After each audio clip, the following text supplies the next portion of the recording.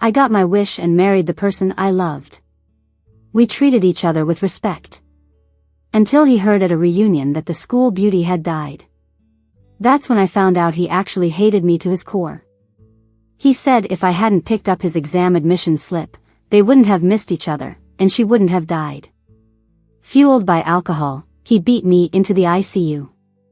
When I opened my eyes again, I was back the day before the exam. I saw his admission slip lying in the corner. I tore it up and threw it in the trash. The day the direct admission exam ended, the school's forum exploded. A post titled "William, who ranked first, gave up Harvard for love and announced his relationship with his girlfriend" got thousands of comments in half an hour. There was even a photo of William holding roses, kneeling down on one knee to confess. So romantic. That's what a top student is like. He gives up Harvard just like that. So willful, I love it. Isn't his girlfriend Gina from class 3? Doesn't look like her. Oh my God, it's not Gina. They've always been at the top of the class rankings. I thought they were a couple. This girl is a new poor transfer student in class 3, Stella. Even though it was their post, I became the focus of the comments. Everyone was discussing why William would rather give up direct admission to Harvard than be with me. The answer echoed in my ears. If you hadn't meddled back then, I wouldn't have broken up with her, she wouldn't have been sold by her dad to that abusive man, wouldn't have died. Why did you have to give my admission slip to my mom, why? I can't remember how many times he asked me why, just that every time he did, he'd smash my head against the wall. When I entered the ICU, my skull was shattered. Who would have guessed my death was just because of an exam admission slip? In my previous life, William deliberately lost his admission slip to be with Stella, hoping to make his parents compromise. Unluckily for him, I found it. William's parents forced him into the exam hall, and he got into Harvard smoothly. Stella, feeling betrayed, went back to her hometown with her dad, never to see William again. Grateful for my help, William's mom encouraged us to be together. The year I got my PhD, William and I got our license, treating each other with respect. Following his mom's advice, I resigned and became a full-time housewife. He was clean-cut, never unfaithful. Everything seemed natural until that reunion. William heard Stella had been abused to death after getting married. He said I killed Stella and wanted me to feel every hit Stella endured. But I didn't even know they had been together. Gina, don't blame me, this is your deserved karma. Reopening my eyes, I stood outside the exam hall, holding William's admission slip. I turned to look at the person casually standing with hands in pockets. I tore up his admission slip and threw it in the trash. This time, I'm doing right by you. On the school forum, more and more people were tagging William to answer everyone's questions himself. Weren't you dating Gina? How did you confess to Stella? Cheating? At midnight, he logged on. William, I was never with Gina, it was just her wishful thinking. I hope you all wish me and Stella well. Wishful thinking? But I never loved you either. I met William when I was 7, up till senior year. He always did well in school, knew a lot, and often laughed at me for being a dummy. We even fought over it, and of course, I lost. His parents brought him to apologize, but I wouldn't accept it, saying he had to get me into Tsinghua or Harvard to prove himself. From that day on, he became my personal tutor. We spent days and nights in the library, cramming till late. We saw the sunrise at 4 a.m. and the bright moon at midnight.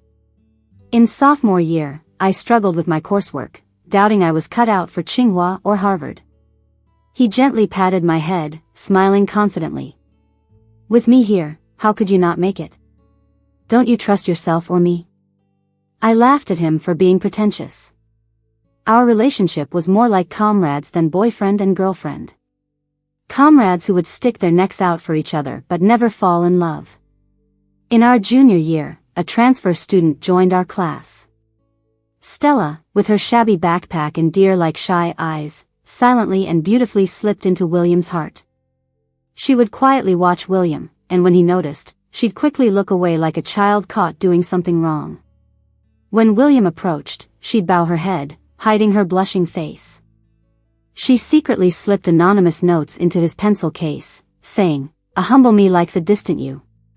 In the high-pressure senior year where grades spoke, her foolishness and poverty made her a target for isolation. I was so focused on the college entrance exam, I barely noticed her. I thought William was like me, until I saw him violently beating up a school bully for her after school. It was the first time I saw him so crazed and irrational. Back then, I thought he was just standing up for justice, never thinking about their relationship. It wasn't until my death that I learned he loved her strength, her fragility, but not me, his partner through it all. Just as I was about to leave the forum, William sent me a private message. "This is your second chance, don't ruin my relationship with Stella again." Second chance? Did he also get reborn? I tentatively asked about future events and got confirming answers. Once I confirmed we'd both been reborn, I stubbornly asked him, "If you hate me so much, why marry me?" After a long time, he replied, "Parents' orders. Gina, it was my fault in our last life. This time, please do not destroy my love." Something heavy settled on my heart. For a long while, I replied, "Okay." All I got was a red exclamation mark. William's response made me the pathetic clown. The internet was full of blessings for him and Stella, mocking my unrequited love. After school that day, Stella came looking for me. She spoke up shyly, her eyes a little red. "Gina, I'm sorry. I didn't know about you and William. I honestly didn't mean to mess up your relationship." She was quick to explain herself, eager to clear up the misunderstanding. A while later, she bit her lower lip. "If you like him too, I can step aside for you." Her voice was shaky, like a child who just lost their candy. But saying that only put me in an awkward spot. If William were around, he'd wipe her tears away and say, "Silly, don't you feel guilty saying that?" But I'm not William. I don't know how to comfort people, nor do I need comfort from anyone. I need direction. Even if the person leading me leaves, I'll press on alone. Stella's tears didn't touch my heart, but they got to the guys watching from behind me. They judged me as if choosing a queen. If it were me, I'd choose Stella, too. Who doesn't love a cute, clueless beauty? Women can't be too smart, no smart woman is what a guy dares to go for. Look, even the top student can't get chosen. A woman of her caliber will have a hard time getting married. Someone like Stella is more likable. Stella's face showed a hint of shyness. I turned, looked at those gossips indifferently, and chuckled. Isn't it possible that not every woman needs a man to prove her worth? From my past life's experiences, I realized my value isn't tied to William. Marriage isn't the only path for women. Our journey can be a career, up a mountain, down a river. After all, mountains and rivers don't recognize gender. Those guys, realizing they couldn't get a rise out of me, just said, "You're tough," and left awkwardly. When I turned back, I already had an answer to Stella's question. I don't like William, I've just known him since we were kids. That's it. So, you can relax, I'm not going to compete for him.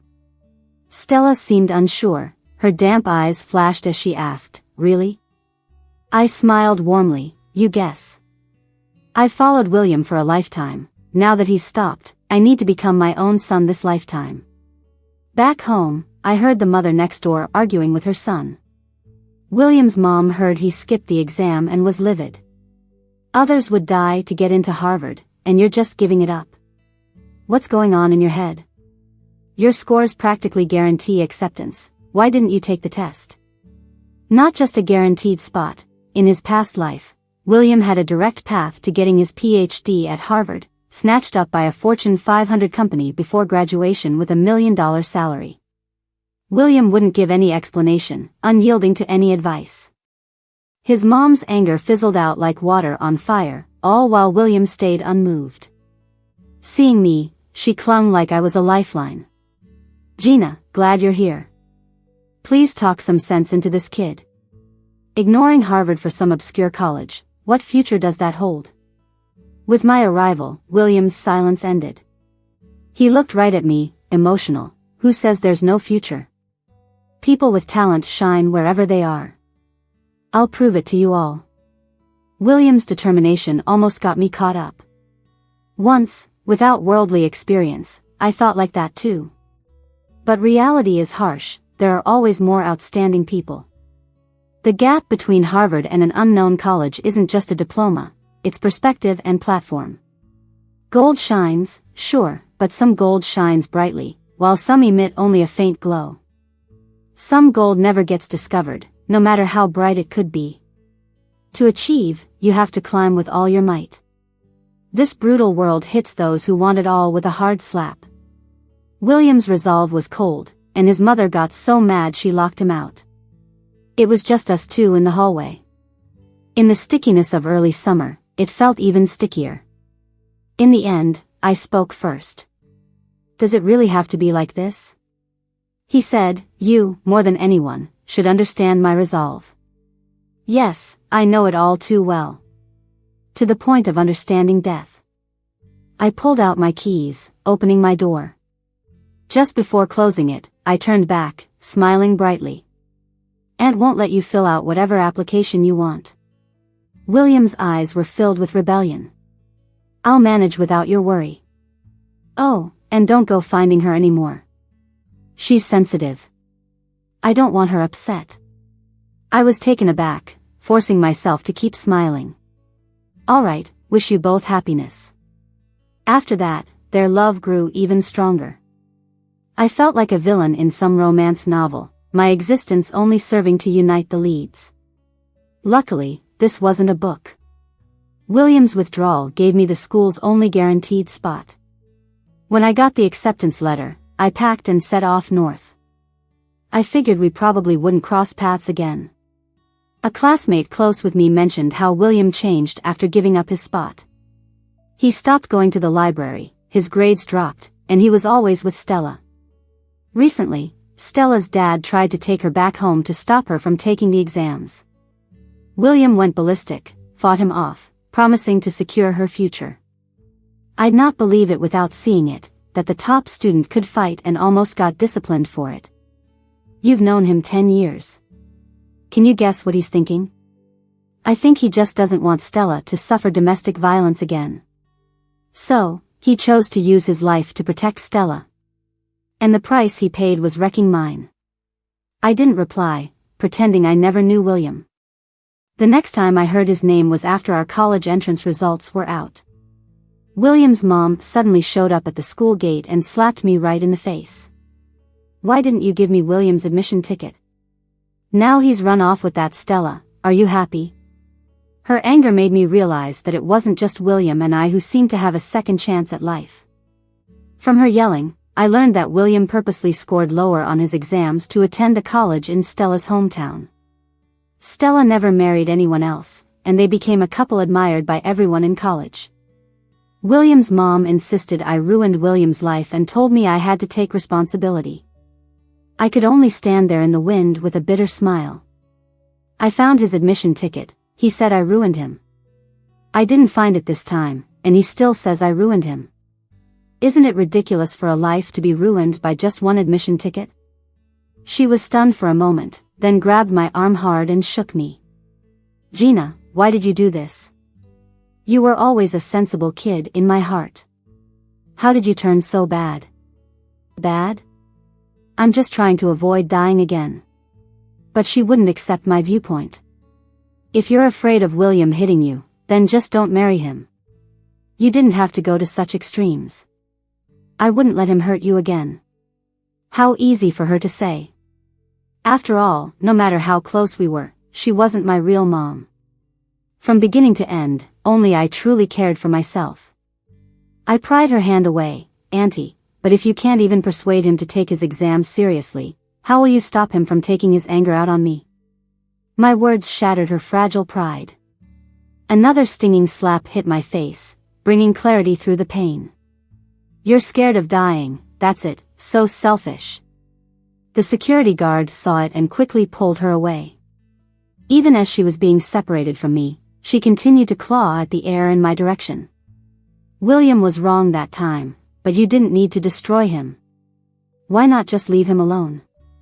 I pressed a hand against my reddened cheek, forcing a broken smile. He wasn't destroyed by me, he did it to himself. After all, I wasn't there when he filled out his applications.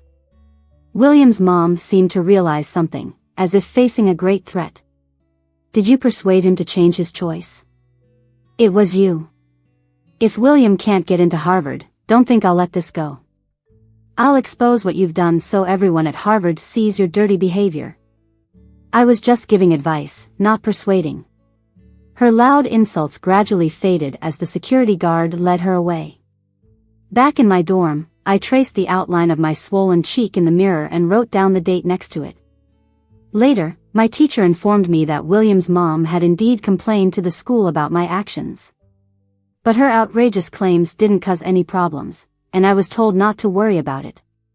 Of course I wouldn't. William and his entire family were dead to me in every sense. I continued focusing on my studies until senior year, when an old classmate messaged me. William had married Stella. It was a marriage not accepted by either family. They didn't throw a wedding, choosing instead a small gathering at a bar with just a handful of friends. The whole event was simple, but their faces were lit with happiness. I thought William would eventually snap out of it, but he really did marry Stella. They got married at just 22, which felt really early to me. 22, the same age Stella was in our previous lives, when her dad sold her to an abusive man. This time, William successfully rescued Stella, and he must be thrilled. I didn't expect him to be such a devoted nerd. I'm kind of jealous of Stella. I laughed. How's 300 points even considered nerdy? You're sharp, came the response. Sharp or not, it's just the truth. I opened Twitter and figured out William had finally unblocked me. I never even noticed. Our worlds blocked each other out, like that little red exclamation mark that stopped any connection. Under his cheerful tweet, I left a message of congratulations. The next morning, I woke up to a message William sent around 11 p.m.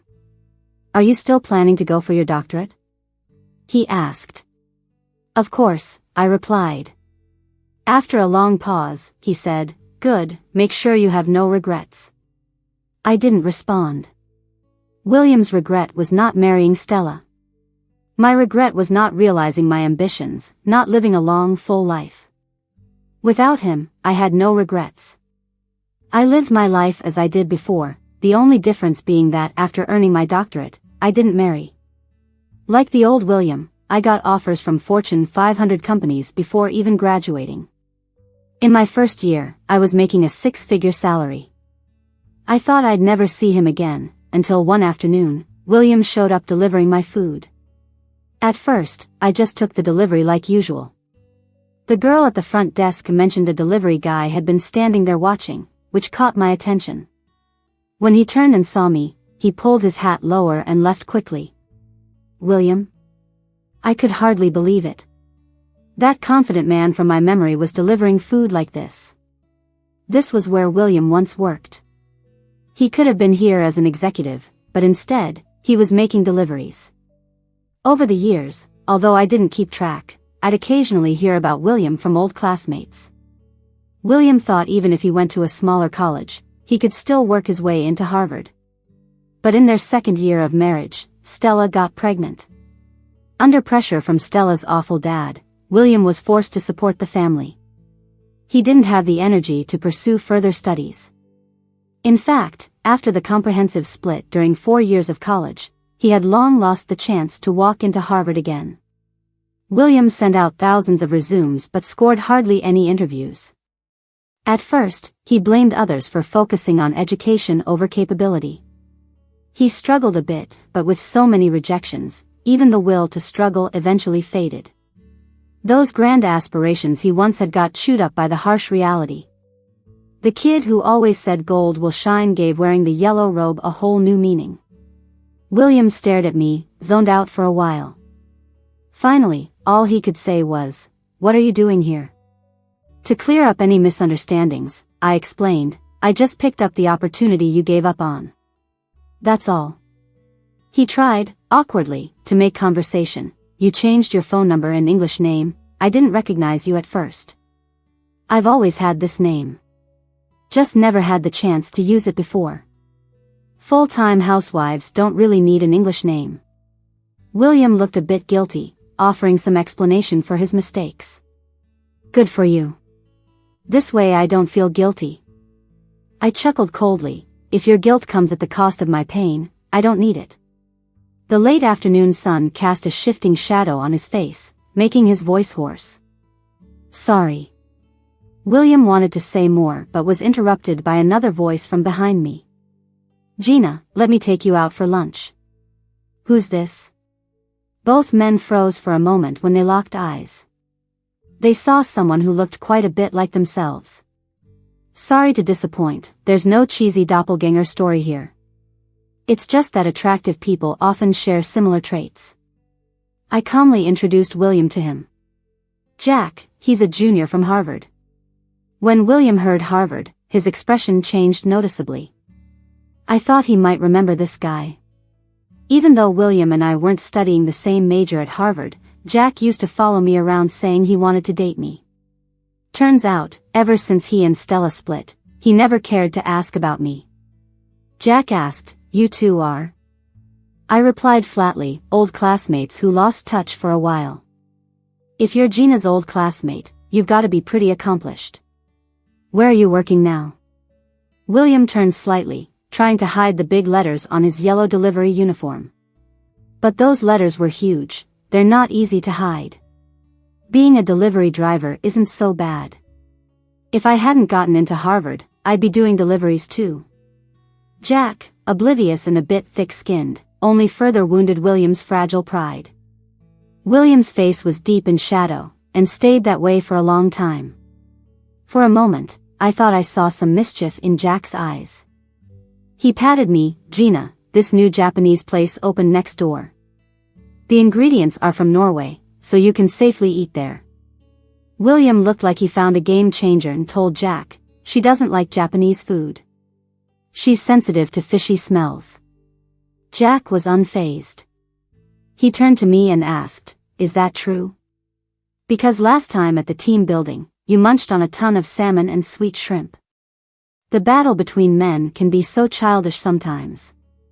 William and Jack both looked at me, waiting for me to declare a winner. William assumed I didn't like it because, after graduation, he never took me out to eat. After marriage, he barely came home, so how could he know what I did or ate on my own? I smiled and delivered my verdict. You got it wrong. The one who's sensitive to fishy smells is your wife. William was stunned, his face was full of disbelief. Maybe he thought I'd changed, not realizing he never knew me at all. Jack chimed in with his snide remark, albeit a bit late. How could you misremember that? If it were me, I'd remember even the exact day my wife's period starts. He looked at me and said, I wish I'd met you earlier. A capable woman like you shouldn't be snatched by someone else. I burst out laughing. You're such a tease. We joked around while William stood there awkwardly, caught between staying and leaving. Gina. Jack didn't give him another chance, taking my arm. Let's go. By the time we returned to work, William had already left. Jack said he just couldn't stand the way William looked at me, so he wanted to mess with him a bit. Honestly, I wanted to mess with him too, but I just didn't think it was necessary. Life had already dealt him some hard lessons. This little encounter didn't affect my life. I'm not sure how long went by before I got a long text. It didn't have a signature, but it was clear it was from William, filled with dissatisfaction and resentment about his current life. He said marriage had been exhausting, and ever since they had a kid, Stella stayed home and didn't work. Supporting the family on his own was overwhelming. After that college entrance exam, his mom cut ties with him and hadn't visited even once. His economic situation was pretty bad, and he asked if I could recommend him to the company. After all, he used to work here, and he's familiar with the business. Gina, I know I wronged you. I'm begging you, for the sake of our past friendship, help me out this time. If you can just refer me, I'm confident I can land this offer." The William in the text sounded hopeful. But the reality was, William didn't have a way in. A harsh reality was that this company only hires PhDs. Without a doctoral degree, you can't even get through the front door, much less deliver a meal. Getting a job isn't child's play. Just because you say you're capable doesn't make it true, you have to show proof. While academic degrees can seem limiting, they serve as proof. Every industry has its top players. If you can't stand out even as a delivery driver, how can anyone believe you? This statement doesn't hold much water. But in the hard-hitting world, even meaningless remarks can become gospel for those desperate to succeed. After replying, I deleted the message and blocked him, pretending I never got it. Until the day before New Year's Eve, I heard William's name again. It was a call from the hospital. The doctor said he got into a traffic accident while delivering food, and I was the first contact in his phone. By the time I got to the hospital, William was out of danger. He lost a leg, and lay on the hospital bed, unshaven and pale. He looked worn out, as if he'd aged 10 years overnight. The accident happened because he blew through a red light and a private car going straight nailed him. Luckily, the car was just starting and wasn't going fast, so it was only a broken lower leg. But he lost the delivery job, and he'd be bedridden for 3 months, leaving him without income. Plus, since he was at fault, he had to cover his own medical bills and the damage to the other vehicle. The insurance company did all the calculations and subtractions. In the end, he still had to shell out over $10,000 himself, apart from what the insurance covered. This 10 grand was kind of like that 750 score he needed. It seemed just like a number, but when it really hit him, it was devastating. Stella was in the hospital room looking after William with their kid. Their child was almost 7, about to start elementary school. Now with William's situation, it seemed like he was stretched too thin. Stella had her back to me, so I couldn't see her face. But from her hunched back, you could easily tell life had worn her down. She peeled an apple for William. "You were too rushed," she said softly. "I told you to slow down on the bike. What am I supposed to do if something happens? Our son still needs to go to school. Where am I supposed to get the money for that?" Her voice was soft and helpless, making me remember that summer when she said she'd give William to me. But this time, she didn't get any sympathy from William. There was a loud crash, and the apple rolled to the floor. "Money, money, money. That's all you care about. Why do you think I'm working so hard? It's for you and our son. If I don't push myself, who would respect me? I'm busting my back outside, while you're just enjoying life at home without earning a cent, and now you're blaming me. I must have been crazy to give up so much for you." The rage was overwhelming, like those beautiful, yet painful, burning clouds at the horizon. Stella stood there, stunned, not even knowing what she did wrong. Her dad saw her being bullied by William and dragged him down, kicking him hard in the legs. "You loser, blaming my daughter. If you hadn't promised her a future, I'd have married her off to some rich guy in the village long ago. You deserve this, daring to lecture my daughter. I'll beat the hell out of you." William was on the ground, howling like a beaten dog, dragging himself along while trying to escape his father-in-law's blows. A meter from the hospital room, he saw me standing outside watching. "Gina?" Hearing my name, everyone paused, looking at me with complex expressions. I hadn't heard William call my name so desperately in a long time. It was like he thought I was his savior. The next moment, he looked somewhat embarrassed but was forced to swallow his pride by reality. "Gina, please, help me." I guessed he wanted to borrow money, or just ask for some. Before he spoke again, I found an excuse. "Sorry, I'm here for a checkup. My turn's coming up. I'll be back after I'm done." William looked a bit dejected but quickly clung to hope again. "Please come back. I'll wait for you." "Right, keep waiting." I quickly left his sight, dealing with some hospital business over the phone. The duty nurse told me I was listed in William's contacts as Love, so she assumed I was his partner. Then she saw he actually had a wife noted in there too, realizing a mistake. I laughed awkwardly and lied. My name is Xiao Ai. I don't know him well. No need to call me next time. The nurse apologized and removed me from William's emergency contact list. I left the hospital and carried on with my life. As for William, let him wait. There's nothing more despairing than watching hope slip away second by second. Maybe he really hit rock bottom, because 3 days later, Stella came to my office. I invited her to sit at a cafe, like old classmates catching up. The delicate and beautiful butterfly that once flew into William's heart was now wilted and worn. Her hands showed signs of wear from housework. Her eyes weren't as clear as before. She was silent for a long time, then finally asked, "Gina, do you hate William this much just because he chose me back then instead of you? No matter how much you can't let it go, he's in such a state now. Please have mercy." My head ached from such a stupid assumption.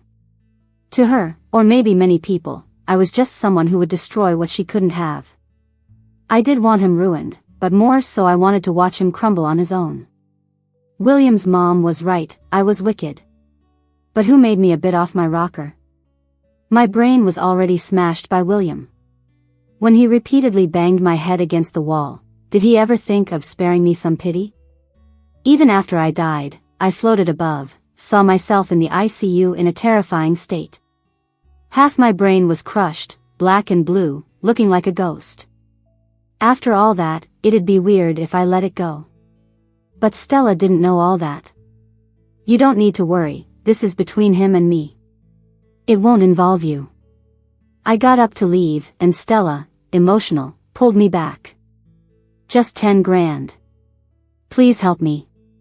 I stopped, not out of pity, but because I noticed a hint of a bruise peeking from her sleeve. She quickly pushed down her sleeve, avoiding my gaze. Doubtful thoughts sprouted fast in my brain. In this lifetime, Stella didn't know that rich guy who would have abused her, and her dad looked too chill to hit her. It could only be William. Her unusual reaction confirmed my suspicion. I pulled a card from my bag. "If you need it, this is a divorce lawyer." She didn't take it and instead grabbed my sleeve, kneeling and pleading. "Please, just lend me 10 grand, and I promise you'll never hear from me again." In the end, I lent the money. Consider it buying myself some peace. Stella never showed up again. Because she died. I found out about her death months later at a class reunion. Our class gossip mentioned that after William broke his leg, he got incredibly aggressive. Just when Stella's dad kept saying he'd marry her off to a rich guy, William exploded and beat her badly. Stella couldn't take it and sought a divorce attorney, but William found out and beat her into the ICU. Word was, she had died recently. Everyone seemed regretful. Nobody really knows how the love story that once set the campus on fire turned out like this. It's kinda sad, honestly. The guy who promised to protect Stella ended up being the one to take her life. But there were signs, to be fair.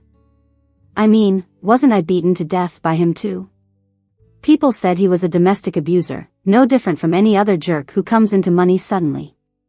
We poured one out on the ground for our fallen classmate and our lost youth. A few days later, I saw news about William. It was on a law program show. Former top student kills wife and seeks revenge on his mom. Is this a distortion of humanity or a moral downfall? Even William didn't spare his own mom. No wonder she pinned her hopes on me instead of trying to change him. She was scared for her life too. But in the end, her own son slashed her throat. Someone interviewed him in prison, and he was all emotional.